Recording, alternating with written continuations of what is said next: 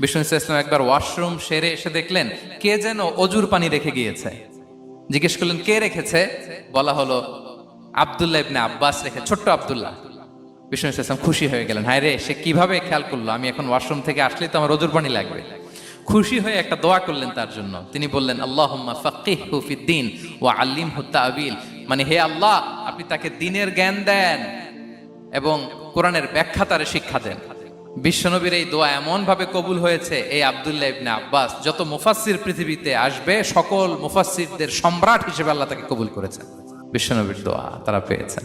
উম্মে সুলাইম রাদিয়াল্লাহু তাআলা আনহা, আনাস রাদিয়াল্লাহু তাআলা আনহুকে নিয়ে আসলেন, বললেন, নবী হে, আপনি এসেছেন, আমরা যে এত খুশি মদিনাবাসী, সবাই দেখে আপনার হাতে কিছু না কিছু হাদিয়া দেয়, আমি কি দিব?